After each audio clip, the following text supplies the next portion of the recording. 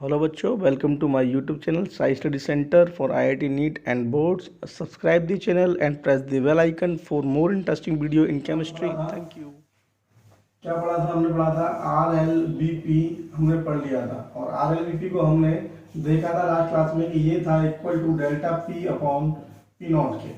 ठीक है, यहाँ पे डेल्टा पी क्या था? R L B P delta p था lowering in vapour pressure. Delta p क्या था बेटा? Lowering in vapour pressure. और पी नॉट क्या था? Vapour pressure of pure solvent. अब आरएलबीपी को अच्छे से समझने के लिए हमें बेटा जो पढ़ना है वो पढ़ना है अराउड्स लॉ। क्या पढ़ना है? अराउड्स लॉ। तो ध्यान से देखिए अराउड्स लॉ क्या कहता है। अराउड्स लॉ ने कहा था the vapor pressure of solution is directly proportional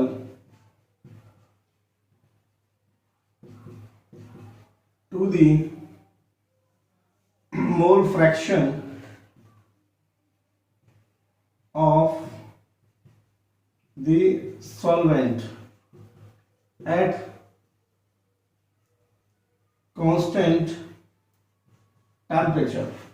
किसी भी कांस्टेंट टेम्परेचर पर वेपर प्रेशर सॉल्यूशन का डायरेक्टली प्रोपोर्शनल होगा मोल फ्रैक्शन ऑफ सॉल्वेंट के। Clear? When you remove this proportionality constant we get P solution equal to P not into mole fraction of solvent. Clear?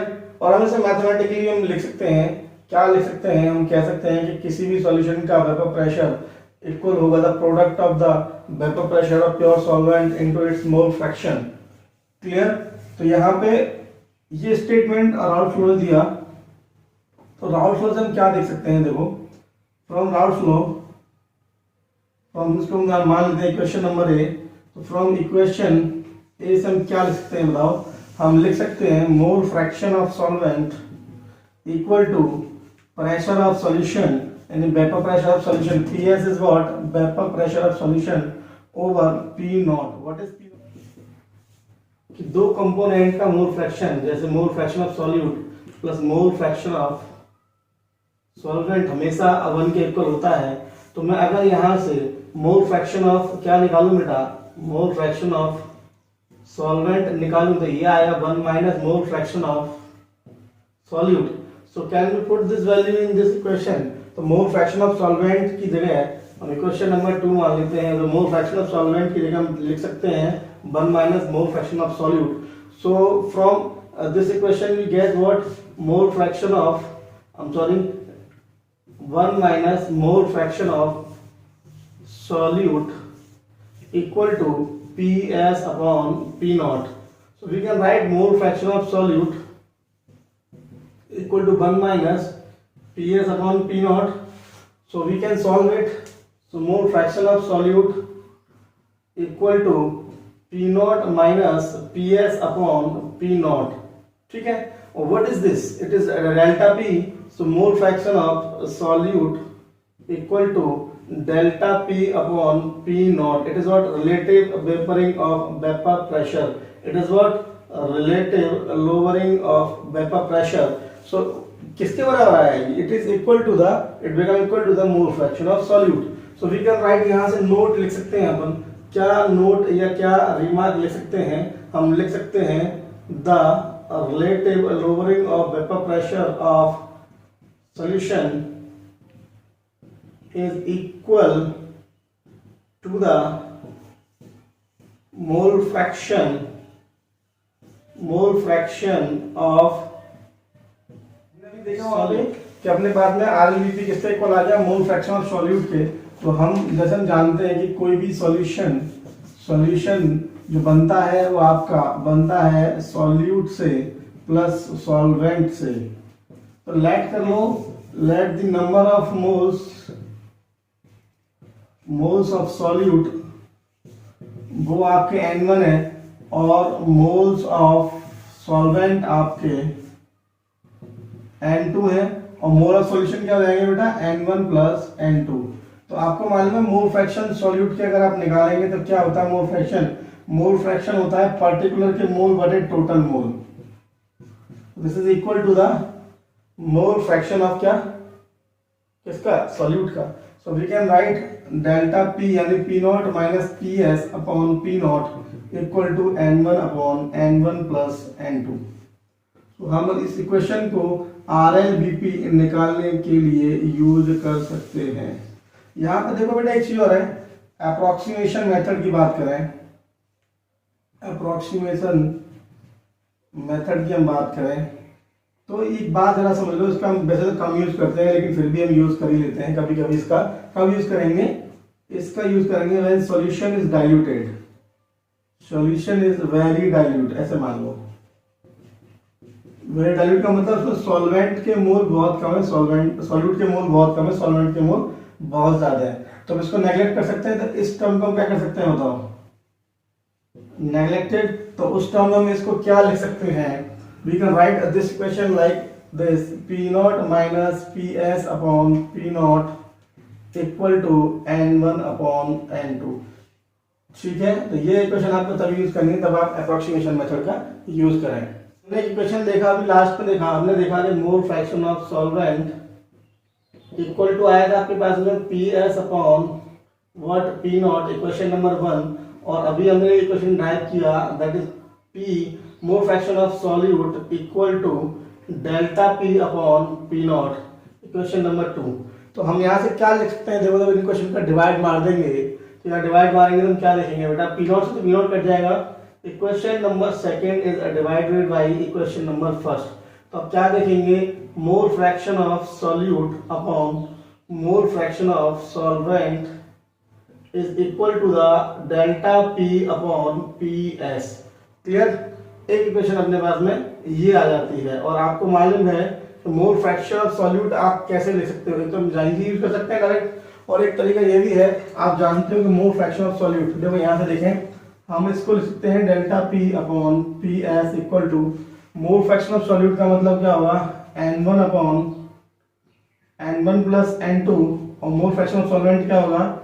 n2 upon n1 plus n2। ये cancelled होंगे तो finally it will n1 upon n2। So यहाँ पे देखें delta p upon P S equal to n1 upon n2।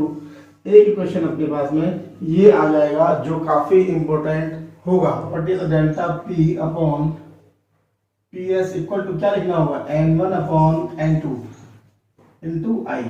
आई क्या है आपको पता है? I is a quantum factor. आई को हम पहले निकाल चुके हैं, आपको पहले केस नहीं बता चुके हैं।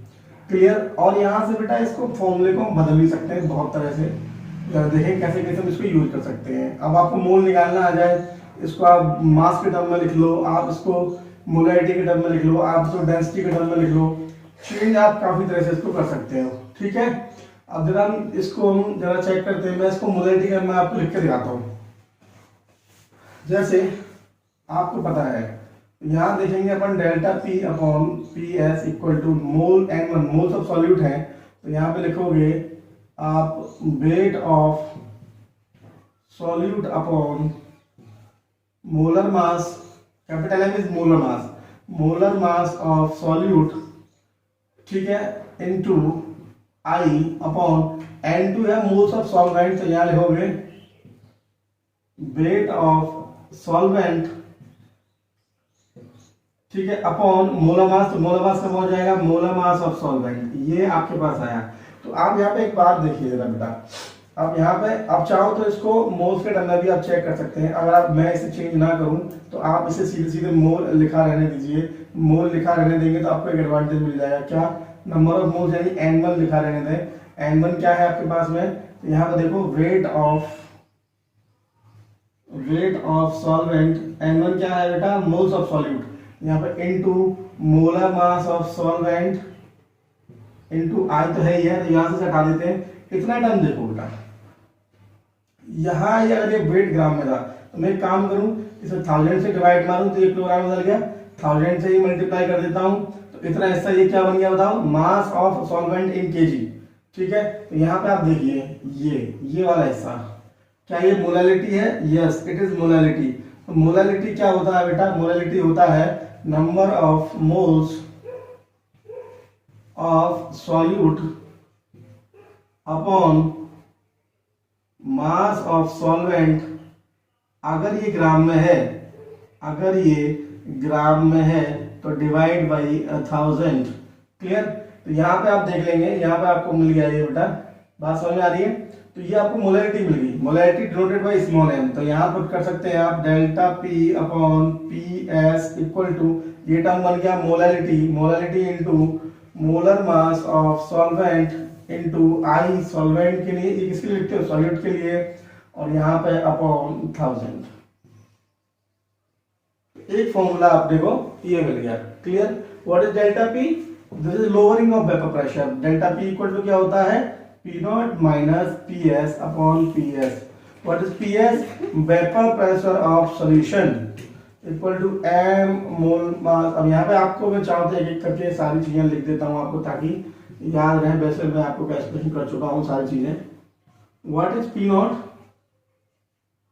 Vapour pressure of pure solvent, ये आपको सवाल में दिया जाएगा।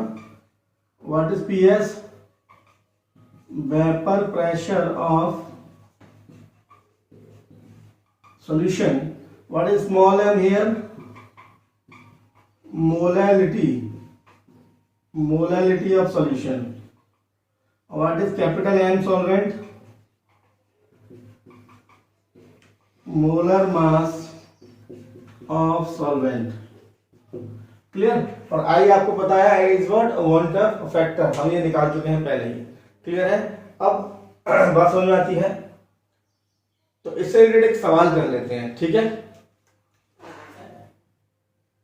60 gram of urea dissolved with 800 gram of water at 25 degrees Celsius. Calculate the vapor pressure of solution. और ये गिवन है आपको P not of water 24 torr, ये हमेशा दिया होगा आपको एट 25 डिग्री सेल्सियस। ठीक है? तो आपको बड़ा आसान है इसे सॉल्व करना, बहुत ही आसान है। आपको फॉर्मूला पता ही है, डेल्टा पी यानी कि P not minus P S upon P not equal to क्या लिखेंगे आप बताएं? यहाँ पे आप देखो, आप चाहो तो ऊपर वाले फॉर्मूले से कर सकते हो, n1 अपॉन n2 इंटू आई। आप चाहे तो आप इससे कर सकते हो, इस वाले फॉर्मूले से कर सकते हो, आपको जैसे सुटेबल लगे आप ऐसे कर सकते हो। तो आपको जैसे समझ में आता है। हम तो अगर सिंपल मोल से करें ज्यादा बेटर है। तो आप यहाँ पे क्या करेंगे, देखो n1 upon n2 into i, ठीक है? ये फॉर्मूला यूज करेंगे। तो अब आप तो देखिए जरा यहाँ पे, तो number of moles of urea, ये कौन है बेटा? सॉल्यूट, यानी n1। तो क्या होता है फॉर्मूला मोल्स का? मास ओवर मोलर मास। तो कितना है बेटा? मास कितना है इसका? मास गिवन है 60 अपॉन 60, एक मोल आ गया। क्लियर? मोलर मास, अब हम बात करेंगे मोल्स ऑफ H2 यानी कि N2 की बात करेंगे। तो N2 कितना है बेटा? 800 ग्राम डिवाइड बाई कितना होता है ये? 18। तो ये जितना भी आपका मोल आएगा यहां से हम सॉल्व कर लेंगे। क्लियर है?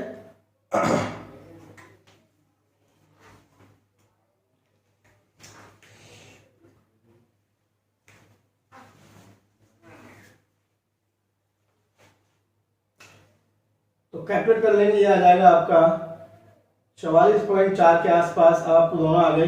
तो आपको पता है सिंपल या फॉर्मूला आना है, आई यूरिया एक नॉन इलेक्ट्रोलाइट है, इसलिए आई का वैल्यू कितना होने वाला है? 1 फॉर यूरिया।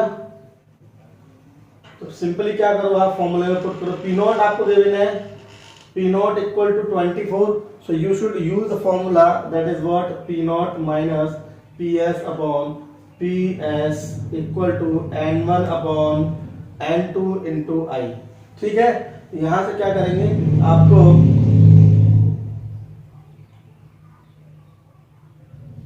तो फॉर्मूला यूज करेंगे p not minus P S upon P S equal to N1 upon N2 into i. अब आपको पी नॉट का वैल्यू गिवन है 24, आपको पी एस निकालना है, फाइंड करना है। N1 आपको पता है, N2 आपको पता है, आई आपको पता है। बहुत आसान क्वेश्चन है, just solve it and get the answer. Calculate the vapour pressure of 1 molar aqueous solution of urea at 25 degree Celsius. Given है आपको vapour pressure of water at 25 degree Celsius equal to 24 और ये आपको given है। Clear? तो ये बड़ा आसान सवाल है। देखो अभी हमने देखा था, क्या था, delta P upon P S equal to molarity into molar mass of solvent into i upon 1000। ये फॉर्मूला था, अभी मैंने ड्राइव किया था। तो ड्राइव करके आपको देखो मोलैरिटी दे रखी है, तो आप क्या कर सकते हैं, डेल्टा पी क्या लिख सकते हैं आप, P not minus P S upon P S equal to molarity कितना बेटा 1, मोलर मास ऑफ सॉल्वेंट कितना होता है वाटर का 18 इंटू यूरिया के लिए आई का वैल्यू कितना हो जाएगा, नॉन इलेक्ट्रोलाइट है 1 अपॉन 1000 और simply P not is given in the form so we can use 24। अब क्या बचा आपके पास में, केवल ये। सो आराम से सॉल्व कर सकते हैं इसको। ये कहा है calculate the vapour pressure of urea, vapour pressure of 2 molar urea solution having density equal to 1.2 gram per ml at 25 degree Celsius. फिर से वेपर प्रेशर ऑफ H2 का टेम्परेचर पर दे रखा है 24 टॉप। तो अब कुछ नहीं है, इसने केवल डेंसिटी दे दी है। देखो अब हम डेंसिटी का यूज कैसे कर सकते हैं, यहाँ पर थोड़ा सा क्वेश्चन जो है मोल के टर्म में बन गया है। अगर इसको हम देखो सॉल्व करें तो किस तरह से हम सॉल्व कर सकते हैं। सॉल्यूशन में आपको देखो हिंट में आपने क्या देखा है, हिंट में दे रखा है 2 मोलर सॉल्यूशन। तो एक बात बताओ, 2 मोलर यूरिया सॉल्यूशन का मतलब क्या है। मैंने आपको कंसंट्रेशन टर्म सॉल्यूशन में बहुत आराम से पढ़ा रखा है, और नहीं भी तो मैं क्या करूंगा बेटा, अभी आपको आने वाले कमिंग लेक्चर्स में सॉल्यूशन का जो पहला पार्ट है दैट इज कंसंट्रेशन टर्म, वो भी आपको अच्छे से एक्सप्लेन करूंगा और बहुत अच्छे अच्छे सवाल सॉल्व करेंगे। तो 2 मोलर यूरिया सॉल्यूशन का मतलब समझ रहे हैं आप लोग। इसका मतलब ये है कि 2 moles of urea present in 1 litre of solution. तो आपको 2 चीज मिल गई। देखो आपको मिला moles of urea that is solute that is 2, और एक मिला आपको वॉल्यूम ऑफ सॉल्यूशन, ये मिल गया आपको। वो कितना, दैट इज 1 लीटर। अब 2 मोल का मतलब मास बताओ। अगर मोल में मोलर मास से मल्टीप्लाई कर दूं तो आपको मिल जाएगा mass of urea that is solute, और आई का वैल्यू आपको पता है इसके लिए 1 होता है, तो नो प्रॉब्लम। यहां से मेरे को मिल गए मास। अब यहां से हम देखें 1 लीटर सॉल्यूशन है, इसका डेंसिटी गिवन है भाई 1.2 ग्राम पर ml। तो अब 1 लीटर का मतलब कितना होता है भाई 1000 ml। तो यहां से देखो मास बराबर क्या होता है, volume into density. So volume कितना है 1000 ml इनटू डेंसिटी कितना है 1.2 ग्राम पर ml। तो ये आपके पास कितना आ गया, it will equal to the 1200 gram of what solution. Solution का मास आ गया अपने पास में।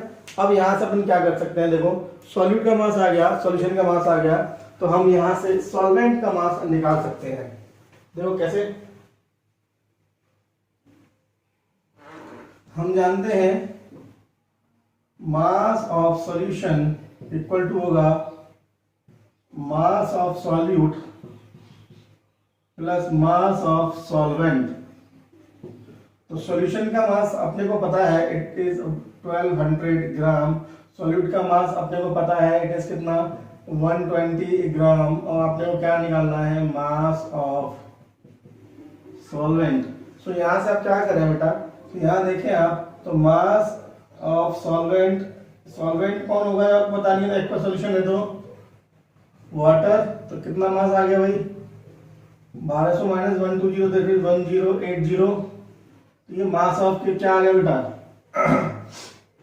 मास ऑफ सॉल्वेंट आ गया। तो यहां से आप निकाल सकते हैं क्या, मोल्स ऑफ सॉल्वेंट आराम से। तो यहां से क्या करेंगे, मास बाई मोलर मास। तो मास कितना है 1080, when you divide by the molar mass of water that is 80, तो I think it will be 60।